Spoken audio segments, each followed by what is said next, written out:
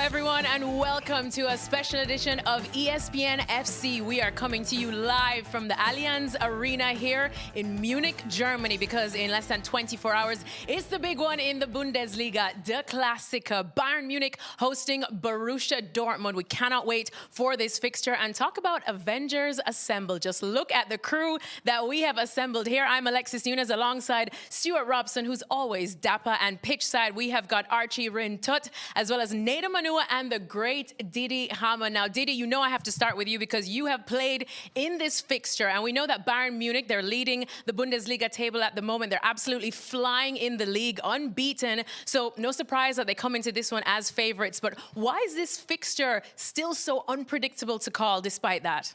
Well, because since Niko Kovac took over 6 months ago, it's a different Borussia Dortmund. They were in the bottom half of the table. He got him into fourth to qualify for the Champions League, still unbeaten in the league this year. Showed a lot of resilience. This is what people always question. Have they got enough resilience and willpower to stand up to the best? They've done it so far in the season. And if it's more of the same tomorrow, I think we're in for a treat. In for a treat indeed. And speaking of treats, I absolutely love when Archie gives us some juicy storylines. I know you like to stir the pot, Archie. So tell us, what are some of the key storylines that you have in mind heading into this one? It's a really interesting one because both of these two teams are unbeaten, Bayern perfect, and yet Dortmund, despite being unbeaten, have this air about them of, well, it doesn't feel like it, because the two times that they've drawn against St. Pauli and against Juventus, they gave up 2-goal leads. And I think that actually one thing that is really piquing my interest is the fact that you've got a Bayern team without Jamal Musiala, and they've adapted well to it. And you look at the key points of last season in the Champions League against Inter, and they didn't know how to really cope going forward. And you look at a Dortmund team without captain Emre Can, and that had been a common, reoccurring topic last season. Oh, but what is happening with Emre Can? Is he being weighed down by the burden of the captaincy? And I think that actually, I would say that there have been some benefits to the fact that Musiala's been missing for Bayern and the fact that Emre Can's not been there for Dortmund. Am I saying that they are a better team without Jamal Musiala? No. But I think that they are learning new things which will help them for the second half of the season. Because he's got this strong hand of, look, guys, I saved you from not qualifying from the Champions League. He can say, actually, you know what? I picked the team here. I've got a very strong hand, so I can do what I like. Did he? I hate to say, but I think he's got a point, Nathan. I hate that you said it as well, I'll be honest. No, I think Bayern, without Musiala, obviously he'll be coming back in the next couple of months, hopefully. I think they've got a better flow to their game, because he hangs on to the ball sometimes, for me, too long.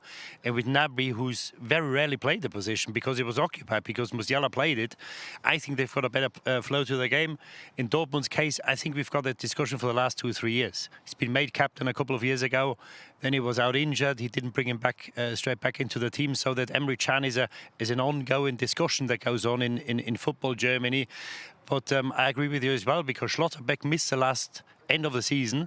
They still got the points. Anton developed into a real leader of the team. And I think when Can is back, or will be back, I think it'll be hard to get back in the team. Stuart, what are you thinking?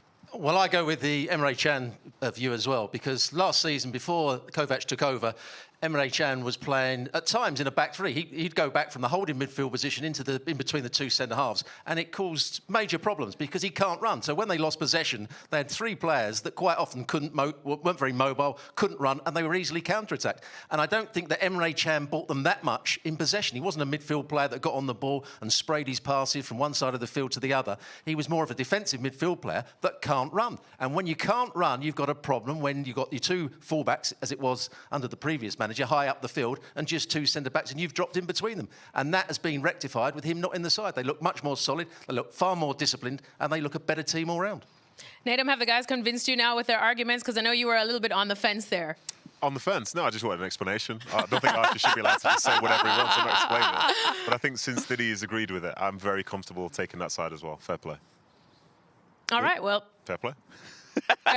Nadam doesn't seem too sure there. But Robert, let me come to you. You heard Diddy talking about this, of course, the fact that he has played in this fixture himself. It is a huge rivalry. Some will argue not the original rivalry, which we know included Borussia Mönchengladbach. But over the last couple of years, this has been sort of the measuring stick in terms of whether or not we will be getting a title race.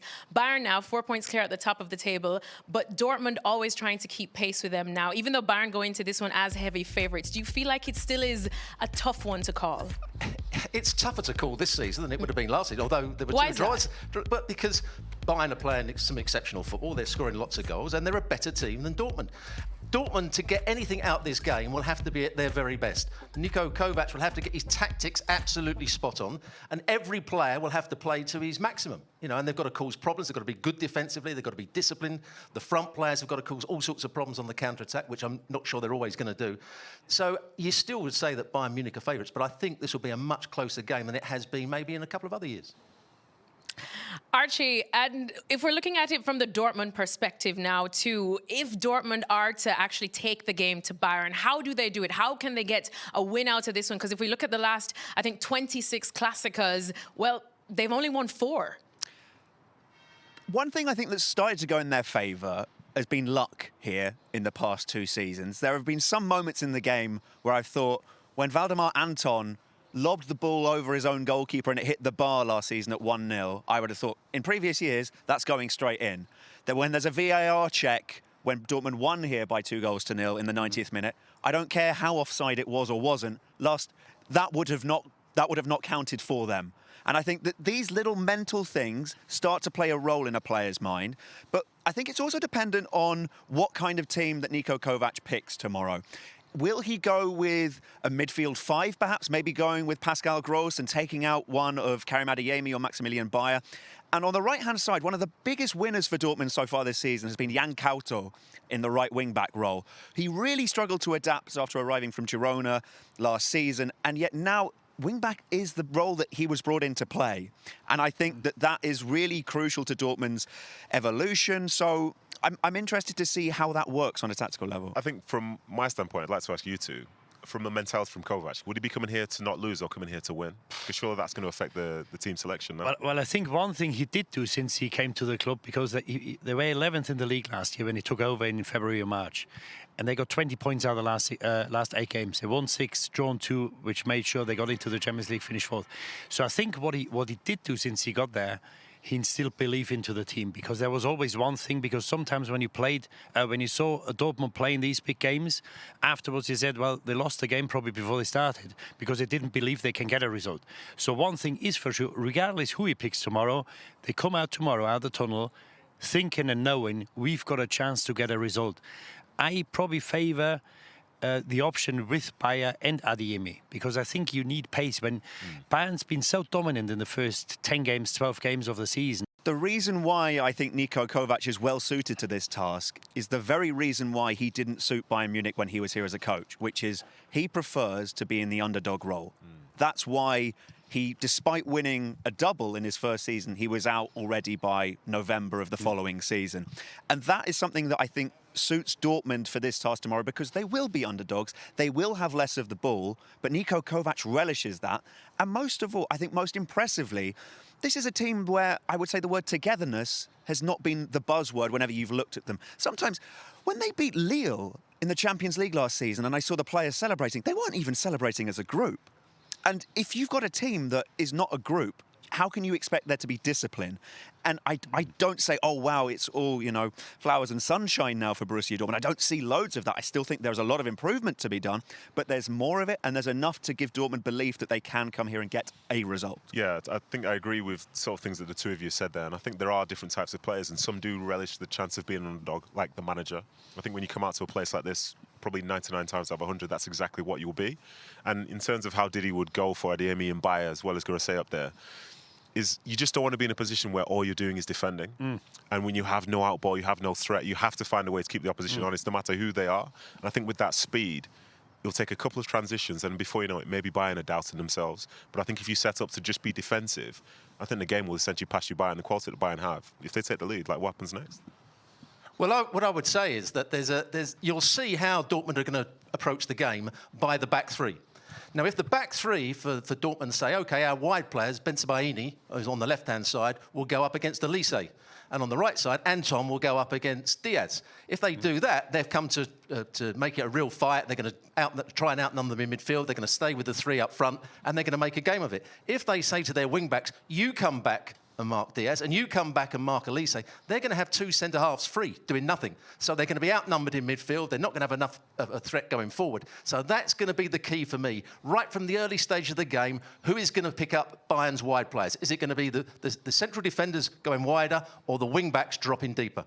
All right, well, while I have Robbo here as well, full of voice, Robbo, I want to ask you about a specific Bayern Munich player. Of course, there's been a number of names that have been shining, whether it's Gnabry, whether it's Elise.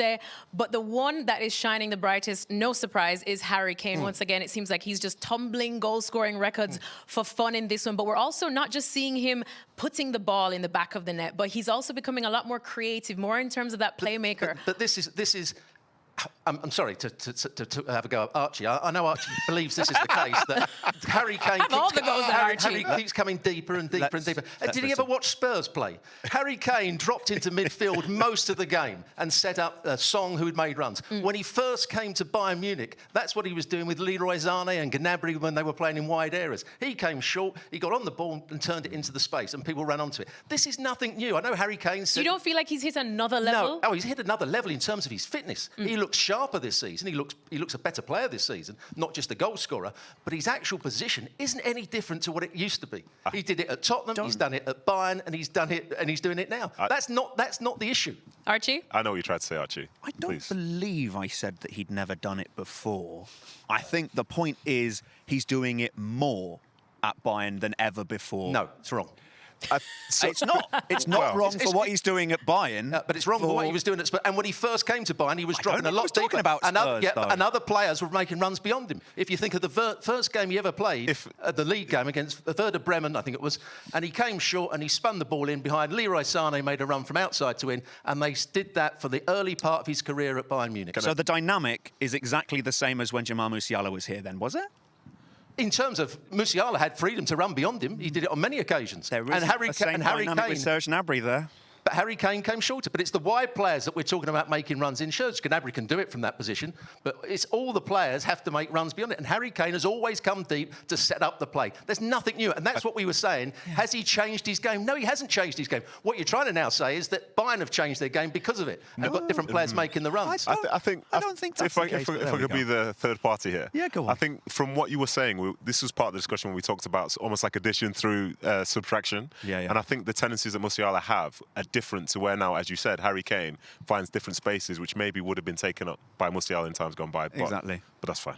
You've made your point. I get you.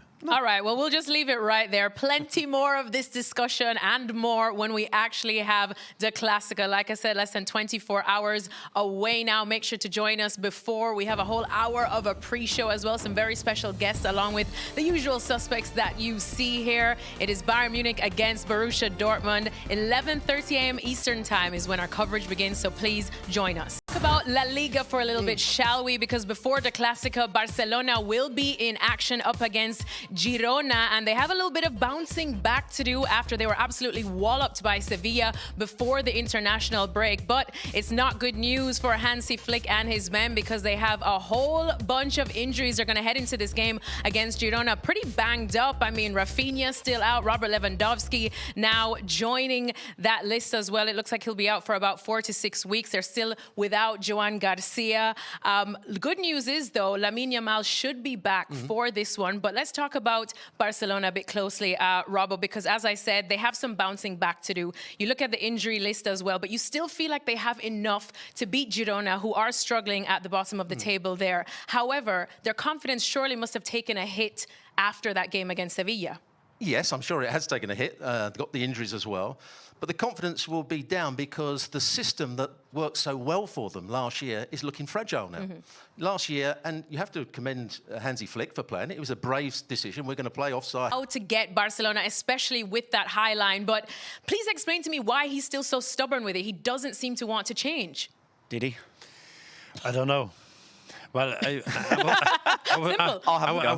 was asked the question last year in February, March, when obviously got to the business end of the Champions League. For me, they've never been contenders last season.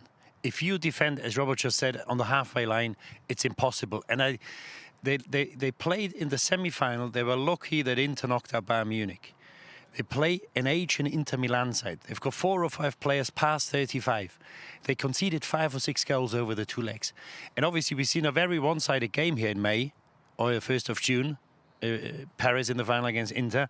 I'm not sure it would have been a different story against Barcelona, because the way they play, it's not possible. They did well in the league. I know he won the Champions League with Bayern Munich, did ever so well. I think where he's good at, Hansi, is form a relationship with the players. But we shouldn't forget in Munich, he won the Champions League when it was COVID. All the German teams started 4 weeks earlier than the rest of Europe.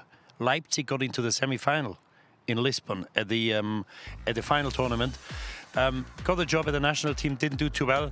I'm very surprised how well he's doing. But as I said, he's done well in the league, okay in the Champions League. But if they carry on playing the way they did last season, and he seems to play the same way, I don't think they're contenders in the Champions League. He has managed to rehabilitate his reputation in Spain, because leaving the Germany job, I think a lot of people thought, how good is this coach really? Did he just land with the right group of players at Bayern? And I think that there are still probably people who in Germany who think, did he just land with the right group of players at Barcelona? He's got Lamine Yamal. What a joy and what a gift that is for him. But I'd say that I'd put him in a similar bracket to Thomas Tuchel in terms of how here's a coach who's gone abroad, not really appreciated for the person that he is, or the character or the coach that he is in Germany, and seen, I would say, if I was generalising, going a bit over the top, seen as a bit of a kind of a grumpy, who is this guy? Does he really know what he is? And yet now there is more respect for him, because you can only play that kind of adventurous style with the players that he's got, right? And I think that, to be honest, whilst I see what you're saying of, well, would they have got destroyed by that PSG side? Maybe, but still, there's the fact that they're playing that is still quite a statement for me. Yeah, it is, and you've got to give him credit, because first of all, he follows in Xavi, he follows an absolute icon of Barcelona Football Club, and he goes there, he doesn't speak the language, and you know how hard it is to get into the players and form relationships when you don't speak the native language. He managed to do that, but I think the progression now is that he won the league, brilliant. Real Madrid probably didn't function too well last season, hence Barcelona wins the league. If he wants to make the next step now, I think he's got to play a good role in the Champions League. They did it last season, but as I said, the target has to be with a group of players. Lewandowski is a bit of a discussion about him now, whether he's going to stay for next season. They've got so many talented players.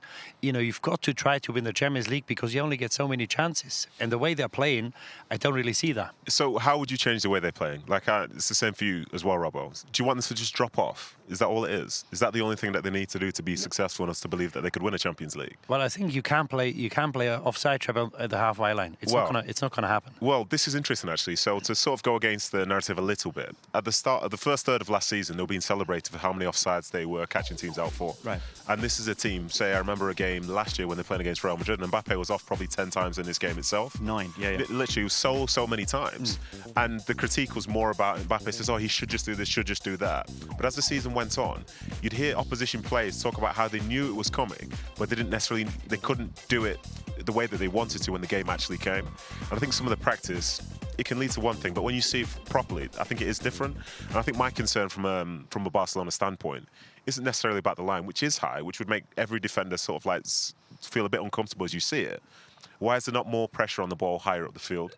I think that for me is the starting point. In the game against Seville a couple of weeks ago, the amount of times the players were uncontested, just playing the ball in behind. If the opposition are the ones who are dictating the timing, then the offside line is not going to work.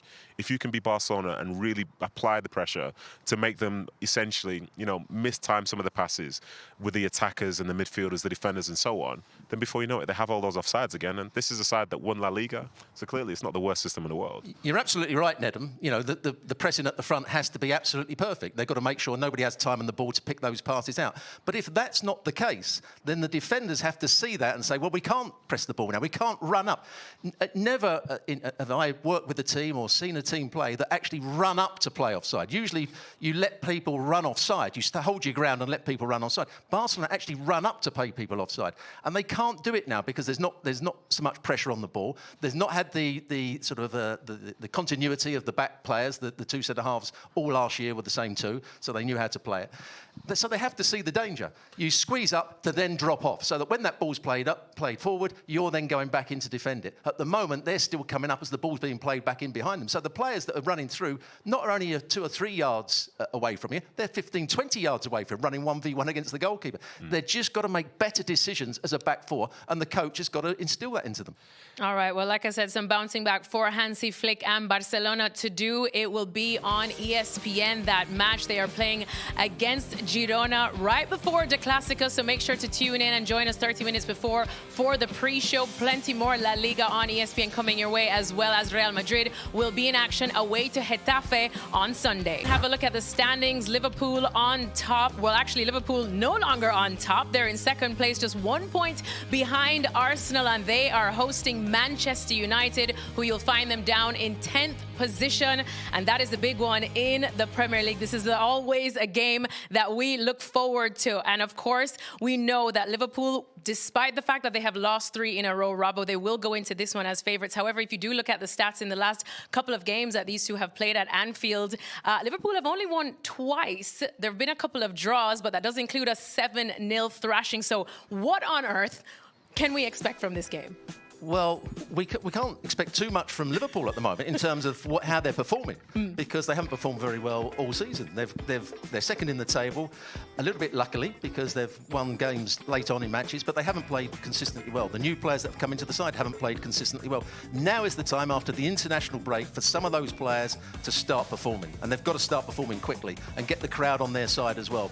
Because they're against the Manchester United side, who we just don't know who's going to turn up. There's been occasions when Manchester United, when they're playing against the bigger sides, put in decent performances. The players work much harder. They seem to have more agility about them. But you can't trust them. So I'm not sure how this game is going to pan out. I still fancy Liverpool to win it, though.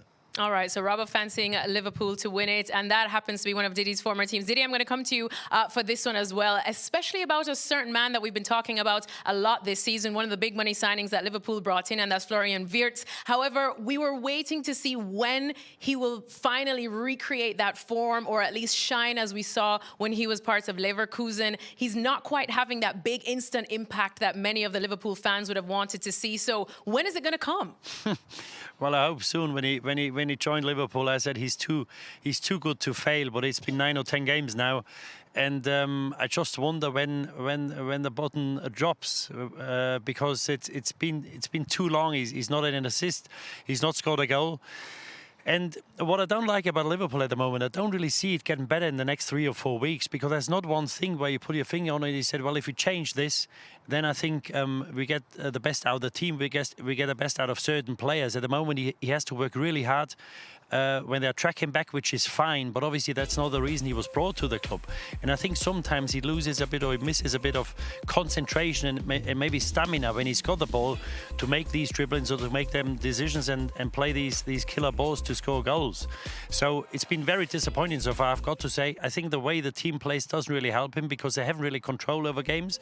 Last season they controlled games and they suffocated other teams with their possession, which makes it easier for a forward player, because the other teams get tired at some stage.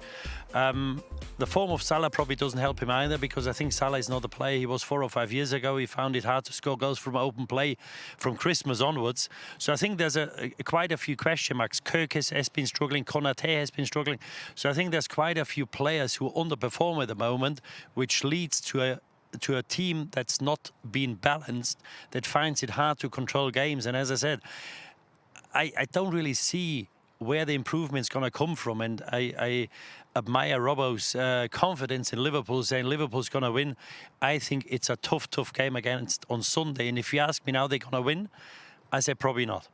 Just building on what you're saying about the balance there and how that's been missing from this Liverpool team, I think it's interesting how they bought so many players this summer who are used to being, right, well, I am the main character here. except they don't have the room for all of these main characters right now.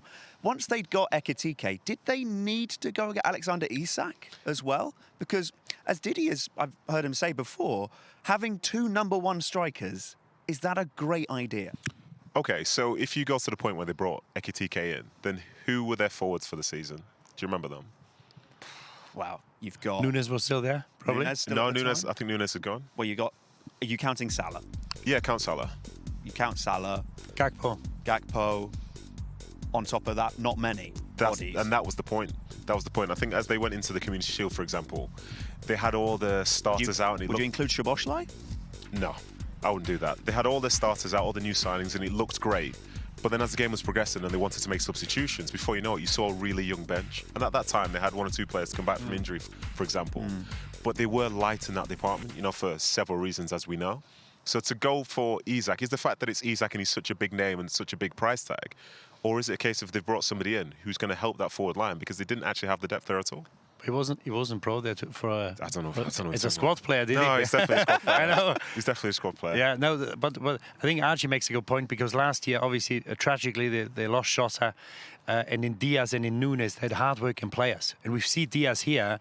I don't think he's the most gifted player, but I think that's also a reason that Bayern Munich's doing so well because he does a lot of the dirty work, a lot of the work nobody sees. Now, last year they had these players, and for all his faults Nunes had, he would always, when he did play, always create space, always occupy 2 or 3 defenders.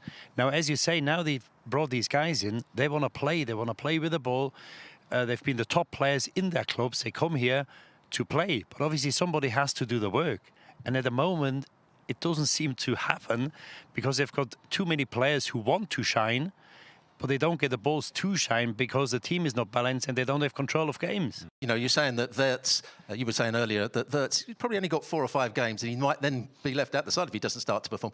Is there a chance that you could play Ekitike and Isak up front as a pair and no number 10? Because when Ekitike was at Frankfurt and he was playing with Marmoush, that was when he was at his best and they played a front 2, and those 2 players are outstanding, both with their pace, their ability to find space, their movement in behind. Is there a thought that you could play with 2 up front and leave Wirtz out the side? Well, I think Slot has to do something at some stage. Obviously, the problem with Isak is that he joined the club a few weeks ago, and he wasn't fit because he was on strike. He didn't train, and we've seen him now. He lasts 20 minutes, half an hour. He played for Sweden, hasn't really made an impact.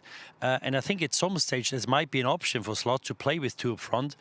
And Wirtz, at some stage, he's got to try to influence games going forward because this is the reason he was brought in. And, when I see him play, my big worry about him is some of the games I've seen where he get pushed off the ball, where I hope not, but where I think, has he lost confidence? Because obviously his confidence is low at the moment, which is normal. But has he lost confidence that he can make it in the Premier League? Because once that happens, I think there's probably no way back. And obviously we're not at that stage yet. There's only 10 games. But he's cost a lot of money. Expectations have been high. Yes, I understand that. But at some stage, he's got to influence games going forward. And I think, as you rightly said, from now to the next break for the international games, mid-November, I think we've got to see something. Yeah. I was just going to ask Naden what he thought in terms of who will come out on top. I don't think United, for as much as they've drawn a couple of games recently, they've not won there, I think, in maybe 10 years. And Alexis is desperate for me to say United. Actually, no, maybe not, because maybe she'll think I'm being a jinx. So I'm not going to say anything like that. But what I would say, from the other perspective here, we're talking about Liverpool and some of the frailties that they've shown this season. Well, when you're an opposition player, you see those frailties and you start to believe. For every week and every game whereby they're showing something, whether it's really poor in transition, somebody like Wirtz, for example, as Didi said, at times he's being pushed over. Do you not think the manager's going to say to this player, listen, if you're near him, make it as physical as possible. If you're defending, just look, how many bodies have they committed forward? This person's lacking confidence. Go and try and do this. Go and try and do that. So I think, weirdly, United are in a really good position having won their previous game and going to Anfield knowing that all the pressure's on Liverpool, because if it goes wrong, 4 defeats in a row, couldn't say when that last happened. You know what's interesting, though, Didi? Of course, I wanted to get your opinion on this because this summer, when we were monitoring the business that Liverpool were doing in the transfer window, you know, we were thinking, are you City in disguise because of all the money they were spending, all the big names they were bringing in, big names that we knew because of that price tag. That's a former City player there, you know. Have some respect. You've got two former City players there. Have some respect. Here. I know. That's why I had to chuck it in. But still, we were saying, are you City in disguise? We get Arne Slot is trying to build a team that can potentially win the Premier League as well as the Champions League. You need a deep bench as well with some big names, but now with those hefty price tags attached to it, you're expecting all these players to immediately become a part of that starting 11. But now when you're seeing this imbalance that's going on at Liverpool, do you think he maybe should not have just tinkered with the team as much? Well, I don't think how much say Slot has got in the transfers, Alexis, because I think in Liverpool the club pays the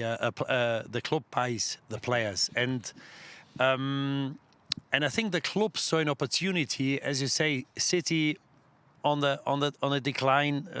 Guardiola being there for a long time. We don't know how much longer he'll be there, and obviously Arsenal knocking on the door but not going through it. And I think they saw an opportunity to really move away from United, from City, and maybe even from Arsenal. And as I said, I'm not sure how much say the manager had into the transfers, because as Nathan or Archie rightly said, I'm not sure you want to have two number 9s, because obviously you want competition for places.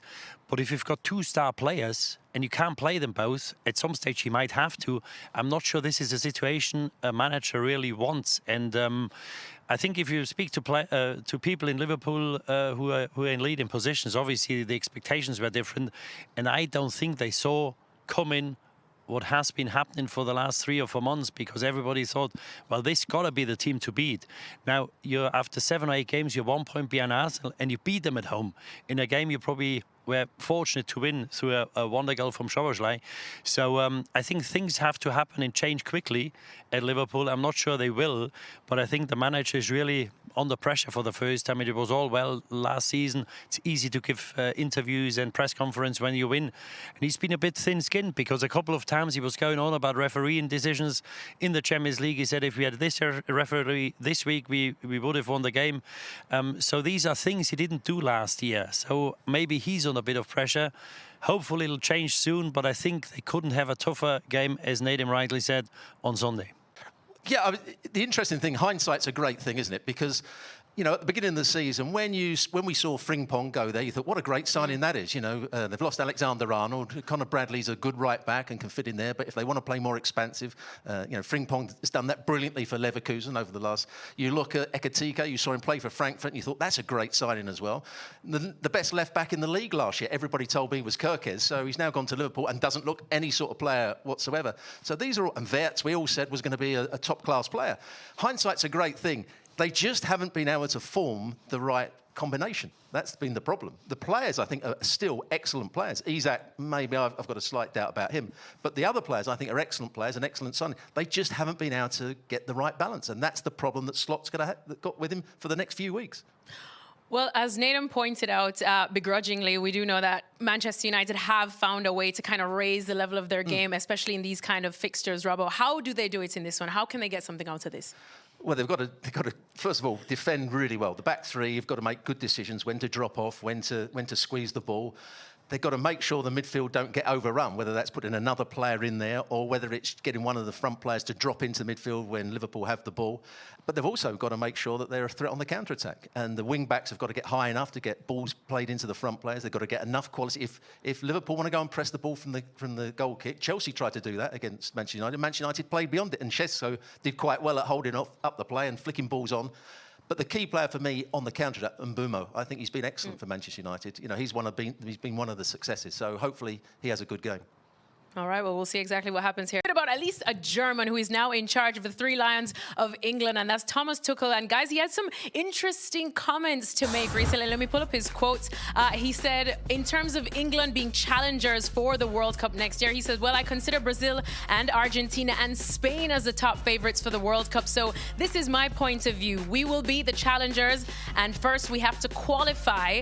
And once we are there, we will arrive as challengers and challenge the big Nations, and we will challenge the favorites. Now, this, of course, is before England officially qualified for the World Cup, which they did after their game against Latvia. Archie, let me come to you first on this one, because he mentioned Argentina, he's mentioned Brazil, who actually haven't been looking as strong as the Brazils of old, and he mentions Spain as well, but no room for his own country, Germany, in the favorites. What's up with that? So, once upon a time, I had a sit-down interview for us with Thomas Tuchel. It was January, before he ended up leaving Bayern Munich. And I remember asking him, does he feel appreciated in Germany? And he said no. Now, that was the serve, and then the ball's been played back, and this is his volley finishing them off. Because he also, I do think, he also just recognises that Germany doesn't have the level of players that they did have some 10 years ago when they won the World Cup.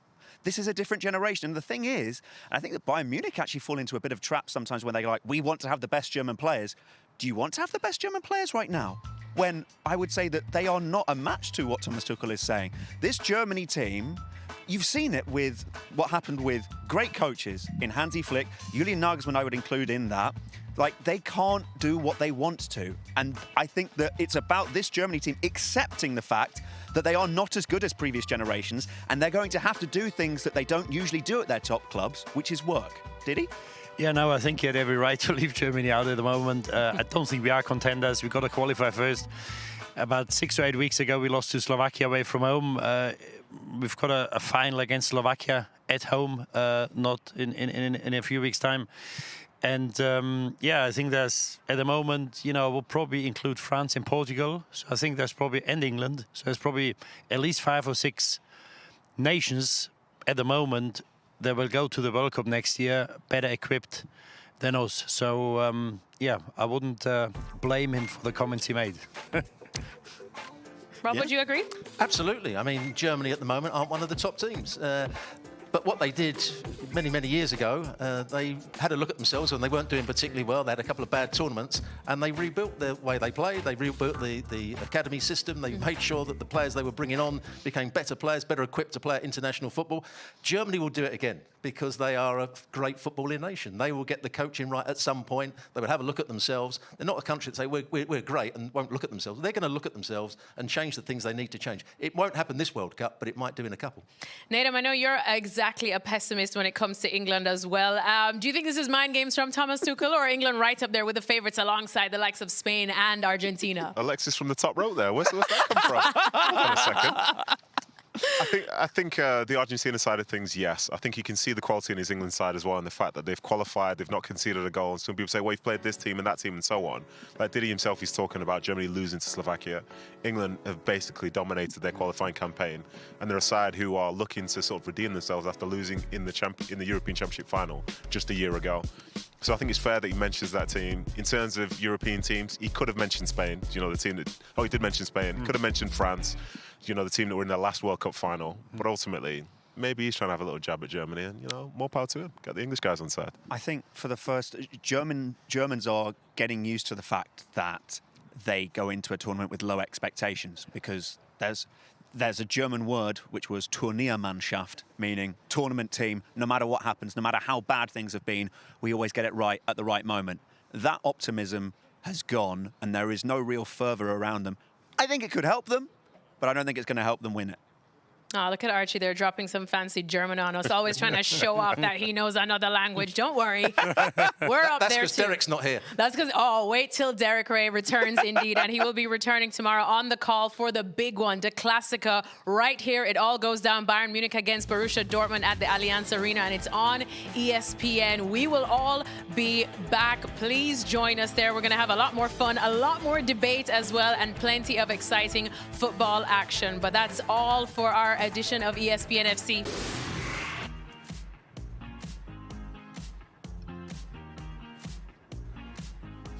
All right, welcome into Extra Time, everyone. Here's where we have some more fun. Let me get the questions up because they came in flying when I said the Avengers Assemble that we have over here at the Allianz Arena. Well, to be honest, I actually only mentioned Nadem, and Robbo may have tweeted out kind of that Didi was joining us after. I didn't mention Archie. I didn't know if it was big enough of a name.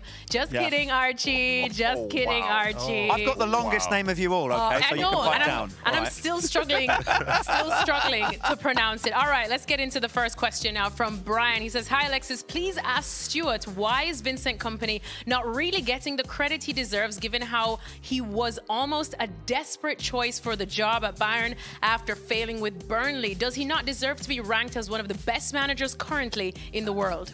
Well, he's doing a great job at Bayern Munich. He had to rebuild them after Tuchel went because Tuchel had upset a lot of the players. He was saying that Goretzka wasn't good enough, Kimmich wasn't good enough. He's had to rebuild their careers. So I think he's done a good job. I still wouldn't say he's a magnificent coach. What he's done, he's managed the team very well. He's managed the players very well. They look as though they're a happy team now. They look as though they're together. And that's a big part of management. He might have coaches behind him who are doing a lot of the coaching work, but in terms of management, I think he's done an excellent job at Bayern Munich. Nadem, you going to stick up for your boy? Robbo says he's not magnificent. Absolutely going to stick up for him. Come in. I was, to be honest, I'd have given him more credit for the coaching job because I think seeing the way that the team play and some of the sort of varied styles that they have in certain games, I think you can see that the team has progressed over time. And knowing him the way that I do, like him on the coaching field is a big part of who he is. I think the management side of things, you could argue it's probably impossible to be a good enough manager as such for this Bayern Munich situation, especially in Bundesliga and so on. But from a coaching standpoint, I think he's bringing out the best in some of those players that we've maybe not seen the best from in years gone by. And some of the new signings that have come in, Michael Olise looks top. Michael Olise might not have fit into the system under a different sort of coach. I think seeing Gnabry now playing in that sort of position, seeing other players like Upamecano playing some of his best football, I think he deserves credit for the coaching job as well. He's not had the chance to be called magnificent yet. That will come in April and May. That's the chance he gets to break through that glass ceiling. That's the next chance. At Bayern Munich, unless you're winning the Champions League, you don't enter that level of the game. Fair. But I think that what he has done so far, he's very good at managing the environment. You saw it actually with Thomas Tuchel and with Julian Nagelsmann. They both wanted to play the Munich media. You do not play the Munich media. The Munich media plays you. And Vincent Kompany's just gone, I'm leaving that.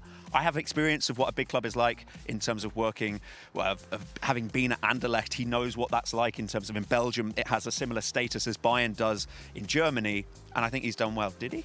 No, he's done ever so well, you've got to say. And as you say, he speaks really well. He's very down to earth, very humble. And people like it because the last two managers we had here rather like themselves. So he doesn't. He doesn't. And as you say, the Champions League. And the only thing I would say, last year they had a chance to win the Champions League without beating an English team. Mm-hmm. Inter, Leverkusen, then at Celtic, Leverkusen, Inter, Barcelona, Paris. I know it would have been a tough way into the final and winning it, but you won't get another chance not having to beat an English side. And that's my only worry when it comes to the Champions League, because I think out of the 5 or 6 English teams, you probably, if you want to win it this year, you probably have to beat at least 2. They've done Chelsea already. Arsenal coming up. Yeah, in a group game. I know what you're saying. I can hear you. But they have improved. Nadem is right. They have progressed. He's kept everybody on side. He seem a happy bunch. The only other thing is they haven't got any injuries, so you've got to wait till they get 1 or 2 because it's a pretty thin squad. I know Musiala and E2 hopefully are coming back, and Davis, but you don't know when they come back, and when they do come back, you don't know how they come back. So I think it would be foolish to say, oh, these guys come back, we'll be fine then. But the lads who are there at the moment, they do the business. All right, well, I think we're going to play that little clip of where Archie says that Vinny's not quite magnificent yet tomorrow and see Vinny still willing to give a post-match interview then. Or maybe because Nadem's down there, maybe. Next question is for Didi. Didi, how the hell did you guys beat AC Milan in 2005? How did that really happen? Not sure, Alexis. It shouldn't have happened. I think AC Milan played as much a part as we did. They shouldn't have got in a position where it goes from 3-0 to 3 each. Obviously, we took it. And I think it just shows that sometimes you need a bit of luck. I think we had it on the night. Obviously, we had belief. We knew if we get the first goal, we might get another one. We got 3 in 6 minutes, which we didn't expect. And then in the last minute of extra time, Shevchenko had a chance from, a yard out. It was probably harder to miss than to score. Fortunately, he hit Dudek's hand. And once it went to penalties, I thought if we don't beat them now, we never will. Unfortunately, we did. Robert, you remember that final? I do remember the final, but I'm going to just ask Didi another question. What does it feel like, Didi, to ruin Kevin Keegan's international management career? Well, obviously, you play for the team, and I met him afterwards at Anfield because I've not met him for years, and I had a quick chat about it. How can I say it? You don't care, do you, really? No, I do. Not. Sometimes I don't, but in this case, and obviously I walked down the tunnel when he walked down, and the stick he got was just, it wasn't good. And obviously he made a decision on the spot. Maybe he should have slept on it and waited till the next day. I think one of his words were, or one of his sentences, if I can't contain Didi Hamann, I've got to give up management. Really, he wasn't wrong. Sliding doors, though, because after he leaves that job, one of his next jobs is Man City. And at Man City gives this guy his debut. So without Didi doing that, would we be here today? How did that go? Yeah, it was great, yeah. Great 16 years. And who came to England? It was Sven. Yes. Sven, who was our manager then at Man City, and he took me to Leicester. Yes. As a first-team coach. So it's a merry-go-round. It's a merry-go-round indeed. Next question is for Nadem. Nadem, which one is harder, being $100 million transfer, pound transfer from within the Premier League like Grealish or Rice, or like Wirtz, 115 plus million from abroad? Do players talk smack during game time regarding transfer fees to set players off? I'm glad the question went the other way there, because I didn't think I was a specialist on being a £100 million player. No. I think it was approximately £3.75 million you could have got my services big money for. back in the day, though. Big money back in the day. No, it wasn't. But it was money. I think in regards to people's transfer fees, like I've seen times where, for example, you joke around with one of your teammates, no matter what the price is. If somebody new comes in and they're having a tough time at the start, almost like a way to break the ice. You could be in a rondo, someone's in all the time. You're like, oh, how much? Ooh, can you send him back? Ooh, stuff like that. You're a player in the past, and realistically, it's a good test for them, because did their heads go down, did they laugh it off? But when does it get said? Like at a set piece, are you just like creeping up behind someone and be like... The best time to criticise someone's value is when they're doing something that is of no value to anybody at all. If somebody is like tripping over their feet, they're putting bad balls into the box, you're like, ooh, it's not great, that, is it? It's not great. And sometimes it's best to even say it. To say if it happens to an opposition player, say it to one of their teammates. How much did you pay for him? Oh, it's not Nedum was a bully, wasn't he? I'm seeing another side to Nadem. No, He's come out of his shell. He was a bully. Munich Nadem is a different Nadem, different beast. Yeah, let's not do that. Let's not do that. Nice guy. Nadem talking smack. Never thought I would see the day. Next question is for Archie. Archie, which is your favorite ground in Germany to visit for games? You got to say it in German. Oh. Ruhrstadion. Ah. VfL Bochum. They're no longer in the Bundesliga.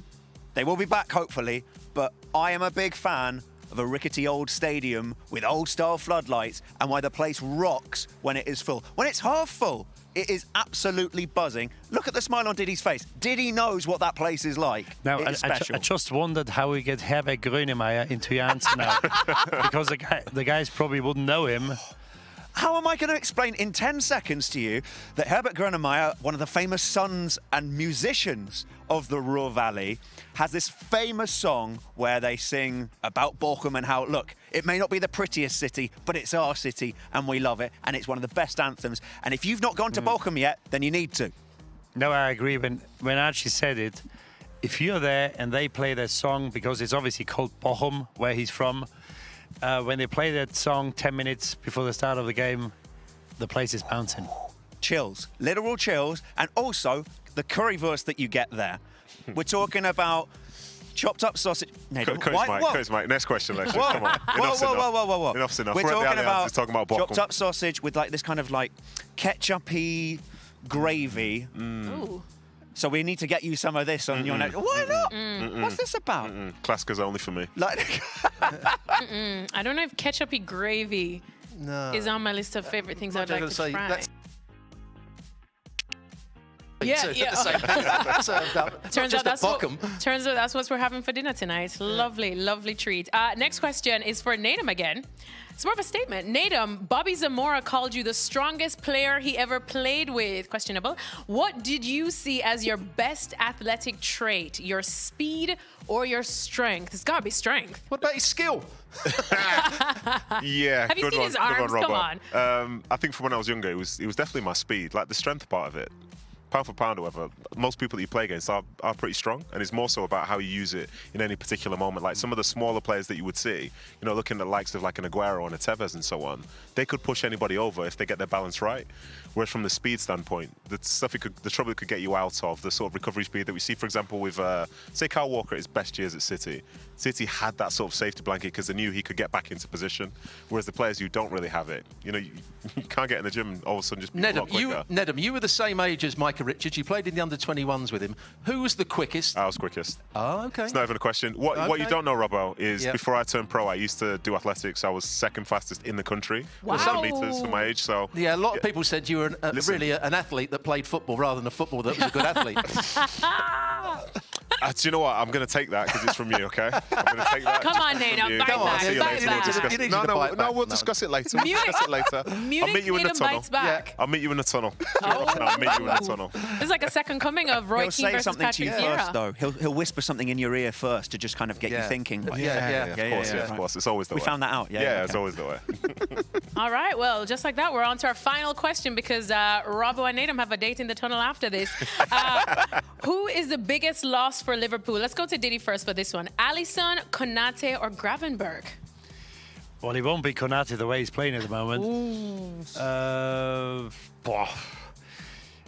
Well, Mamadashvili come in now, the keeper. He's done okay. He might be capable of doing it. I think that holding role that, if you want to win a game, you need to control the game and you win the games in midfield. It's the engine room, and Gravenberch was probably a player of the season last year. As much as I wouldn't like to lose Alisson, I probably would say at the moment, Gravenberch. Imagine selling Ryan Gravenberch, huh?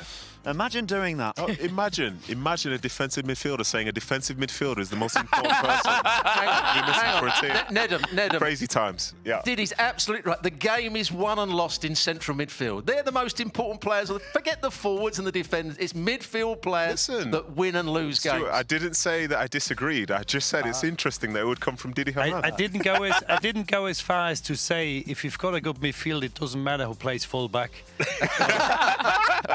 Yeah, do that next time. I've heard that. Yeah, sure. All right, well, just like that, all our fun has ended. Thank you so much to everyone for sending in your extra time questions. We'll be taking a lot more tomorrow. Remember, the Classica is coming to you live from right here. The Allianz Arena coverage is on ESPN. Be sure to join us as well as for ESPN FC right after. Bye for now.